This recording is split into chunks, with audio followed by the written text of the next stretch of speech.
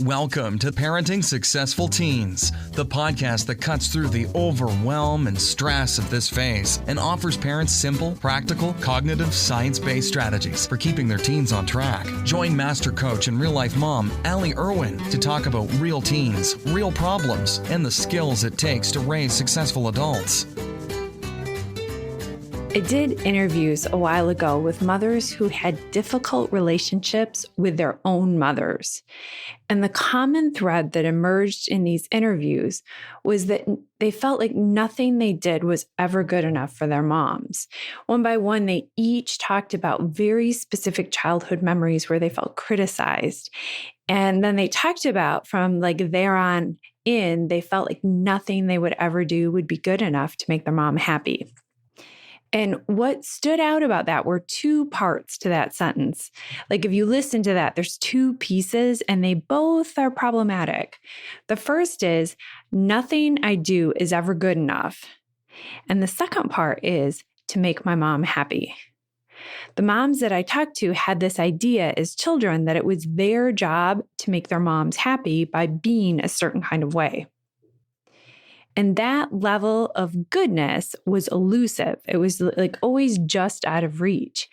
And I have a memory like that myself. I bet most of us do, where I've always been a little bit nutty about my hair. And I have 3 older brothers. And by the time I came along, my mom had no interest in taking care of a little girl's hair. She was busy with 4 kids. I grew up on a farm. She had farm hands to feed. And so consequently, I always had short hair as a child. And there's this often repeated childhood story about how I used to wear a towel on my head and pretend that it was long hair.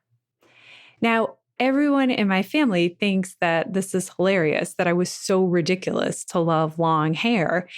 But I hear it as a story about a little girl who was shamed or made fun of for liking what she likes. And even as an adult with my own small children, and I remember being at a library story hour with my mom, and she leaned over and pointed at a little girl with long hair and said, "She's never going to turn out with hair like that." Like, it's such a tiny, dumb example, but I learned early on that society was going to judge me for liking what I liked. And worse, liking what I liked could jeopardize my future. Like I could get tripped up by something that I loved, and then I would find out that it was a huge problem and I was never going to turn out because of liking what I liked. And if you think about what that means for kids like me, it made me very eager to please my parents because I believed that they knew the right way to be. Like I had to be that certain way or I wasn't going to, and I'm making air quotes here, turn out. Like I had to be a certain way to turn out. And this makes sense because as children, we're completely dependent on our parents, not just to provide us with food and shelter, but for love. Love is essential for thriving as a child. Like we all know those Russian orphanage stories where babies were left alone in their cribs and failed to thrive. But from my mom's perspective, like let's now flip to the parent side, she wasn't threatening to not love me if I had long hair, like if I loved long hair. But to a kid, that's what it felt like. It felt like I was ridiculous. And it felt like, as I said, like the very things that I loved made me ridiculous in some way. And feeling ridiculous just stood a little too close to being unlovable to make me feel secure. So now let's flip to the parent side because parents have needs too. My mom didn't stop having needs just because I was born. And our society puts tremendous amounts of pressure on moms to put their kids' needs first. And now also to put their work needs first, which is technically impossible because you can't put 2 sets of needs first, which is basically making moms feel like a failure most of the time. But even if you somehow manage to figure out that balance, your needs fall pretty far down the list, whether you're working or staying home. Okay, we celebrate the selfless mother. And if she's stressed, we tell her, that's okay, you can just numb out with a glass of wine. So with this message that you can't be happy until everyone else is happy, that's a recipe for dysfunction.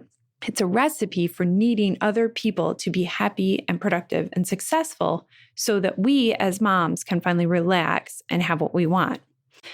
So on one hand, you get young kids trying to make their moms happy that are growing up in households where their moms are trying to raise perfect children so that they can be happy, so they can feel like they did their mom job right, and then finally get to tend to their own needs. And so the kids either grow up stressed out, trying to meet some unattainable level of perfection, right? Like that bar always raises, that will finally let them feel like they're good enough, or they rebel because they don't want to be responsible for their parents' happiness. They innately know that that's not possible to make other people happy. Or the third option really is that they just give up and coast along on the bare minimum, knowing that you will tell them what to do. And I promise you, like I coach kids as well as parents, and I have heard them tell me that they're just going to wait because whatever they do will be wrong. And their mom will eventually just tell them the right way to do things. And so they just wait for that. And really, all three of those scenarios, perfectionism, not so much, but the second two, either rebelling or giving up and waiting for you to give them directions, like both of those are emotional forms of learned helplessness. And learned helplessness is the idea that we learn that we are helpless to change a bad situation. And this term was initially coined as part of an experiment where they gave dogs a shock. And some of the dogs could escape the shock by jumping out of the pen, and other dogs couldn't escape the shock. Like no matter what they did, they would get a shock even if they jumped to the other side of the pen, which is a terrible experiment. But what they learned in the experiment is that both sets of dogs, the dogs that could escape the shock and the ones that couldn't, learned something. And in subsequent experiments, the first group came into the experiment more confident that their actions could make their situations better, and they tried longer to figure out how to escape the shocks. And the second group would just lay down and not even try. They had learned that they were helpless to escape the shocks. And this happens to us too. There were times that I felt helpless to make my situation with my own teenagers better. If I'd taken that helplessness I had learned as a child and it had carried through now into my parenting, and it felt like every single thing that I did when I was trying to parent him was wrong. And honestly, my guess is that he felt much the same. Like we were caught in this struggle where we were both feeling helpless to make the situation better. And when I look back on that time, I'm so grateful for the coaching tools that I learned that helped us break that cycle. And I want to be clear here. We are learning helplessness, not just from our parents that we can't please, but from a whole culture, a whole economy that is set up to profit off parents. It's set up to tell parents that they themselves don't have the power to make things better, that they always need to be hiring an expert, like an expert essay writer and a tutor for this and this certain kind of sports camp and this certain kind of gear and all of these things. What happens is all of that pressure, both within the home and outside of the home, and the school pressure, like it all adds up to a very narrow definition of success. One that doesn't necessarily match, like align with either your definition of success or your kids. So in our household, both me and my son got caught in this cycle of feeling like whatever we did, or even really who we were at the time, wasn't good enough. And it's heartbreaking to think about how hard that is, or how hard that was. And so I want to talk now about what I did to start to shift that, to start to disentangle that. So both of us were free to like what we liked and to feel like we had control over making our own lives be what we wanted it to be. And it's a little esoteric, so I want to break it down further and say, I began by taking back responsibility for my own happiness. Like I stopped letting it put me in a bad mood if he didn't get up for school on time, or if he didn't turn in the math homework that he had done. Like I used to feel like that was my responsibility to get him to do certain actions, that that's what it meant as a parent. When I shifted to taking back responsibility for my own happiness and stop letting it upset me, what happened is I either found a solution that worked for both of us. Like there were definitely situations when I took that pressure off, like a creative solution popped into my head that wouldn't work for every family, but it worked for our family. Or I just let it be his problem. Okay, I stopped feeling helpless as a mom because I stopped making it my job to help him with all of his problems. And I'm hoping you can hear the air quotes around help here, because by help, I mean that I used to fix or solve his problems. And some kids learn helplessness because their moms are always there to fix everything. Or even more challenging for kids to learn to help themselves is when their moms dictate exactly how that problem should be solved. Okay, the kids don't learn to help themselves. And I'm not mom blaming here because as moms, we have been socialized. There is tremendous social pressure to believe that if our kid has a problem, it's our job to fix it. And we imagine that our children are competing for grades and spots in colleges and internships and ultimately jobs and all of that against kids whose parents are helping them more. And we feel like if we don't help our kids, that we're putting them at a disadvantage. And that is simply not true. And what happened as I disentangled like my needs from his actions, like my happiness from his actions, I was able to consciously start focusing on the parts of him that already made me feel loving and proud. Like instead of obsessing about that he didn't turn in a homework assignment that he had literally done, I was able to dial that back and focus on the fact that he was somehow still getting amazing grades, even though he was doing all these things that like made it harder for him. And you might be thinking, wow, that was easy for me because he was still getting amazing grades. But I'm telling you it wasn't, because that's not how it works when you're caught in that cycle. When you're caught in that cycle, if he's doing well with little effort, you think how much better he could be doing if he just applied himself. Okay, that phrase is a key that maybe you're a little too entangled. And as I said, the more that I focused on the pieces, the actions, the parts of his inherent self that I could already feel loving and proud about, the more evidence I found that things were already okay. Okay. And the struggles that he was going through, he was going to be able to solve them himself. Once I started seeing his problems as something that he could solve himself, then he started seeing his problems as something he could solve himself. Okay. And because I'd practiced feeling confident in his abilities, it was easier, although not easy, but it was easier for me to believe that he could. And then I shifted into helping him build confidence in his own abilities. Okay. I went to saying things like, you've got this, and I'm here if you need me, rather than telling him exactly what to do. And because I believed that it was his responsibility and he could handle it, then I was able to hold that belief for him while he was going through all the trial and error. And so ultimately, when he graduated high school and like moved on to the next phase, he had all of these skills to handle his own problems.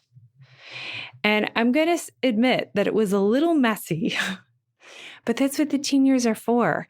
Like we've made this idea that the stakes are so high, but the stakes are even higher if they've never learned to help themselves when they are at home and you have that safety net for them. Okay?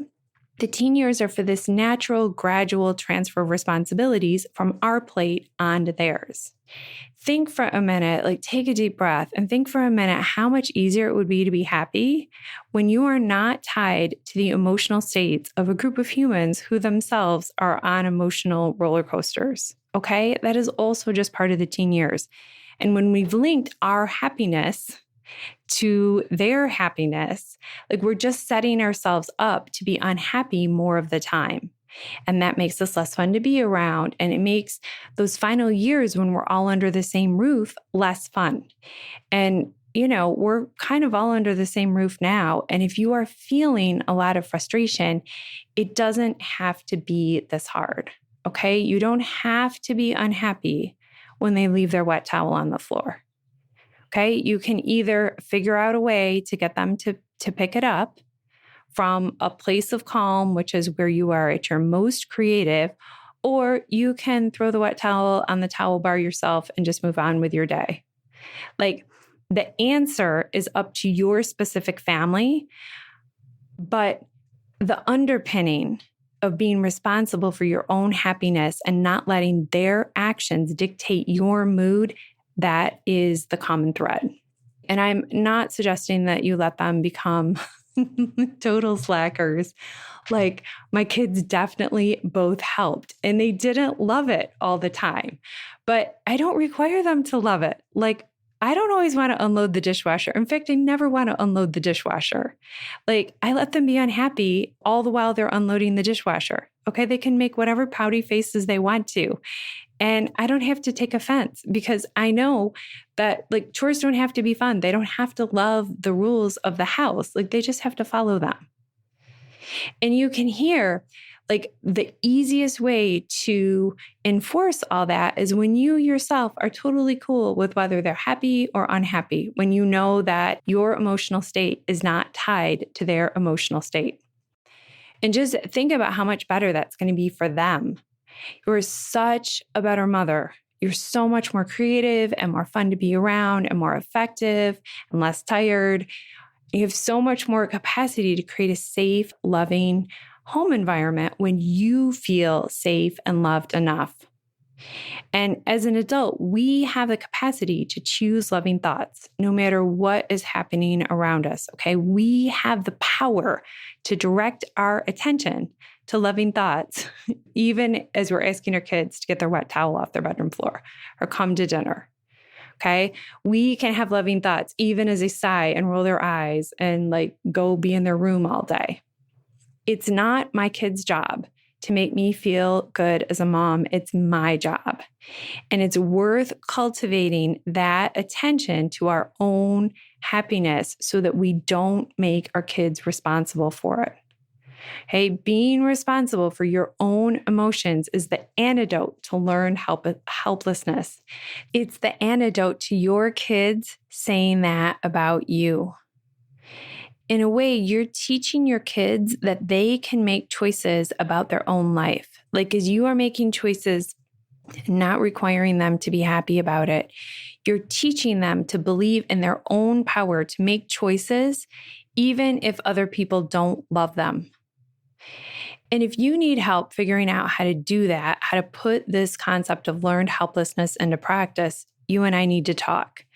We need to hop on the phone and figure out what's going on. Take one small aspect and dissect it, disentangle it, and make a plan for you to start feeling better and more powerful and confident and in control as a mom. You are the leader of your family, and you can do this. You aren't helpless to feel better, no matter what chaos and uncertainty feels like is happening. You can get started by grabbing a free 45-minute session where we'll talk about what's going on for you, and I will show you what's standing between you and feeling better right away. You can set up that session by texting Talk to Allie to the number 44222. That's Talk to Allie, all as one word, to the number 44222. And then it will prompt you for your email address and it will send you a scheduling link through email. Or you can always just go to my website. There's Talk to Allie buttons all over the website. But the important part is you'll leave the call with simple, quick strategy that you can put into practice right away so that you can start to feel less helpless and more in control. And especially in this uncertain time, feeling like you have control, that you aren't helpless to make things better is such a relief. And I want that for you, and I want that for your family. Have a great week, everyone.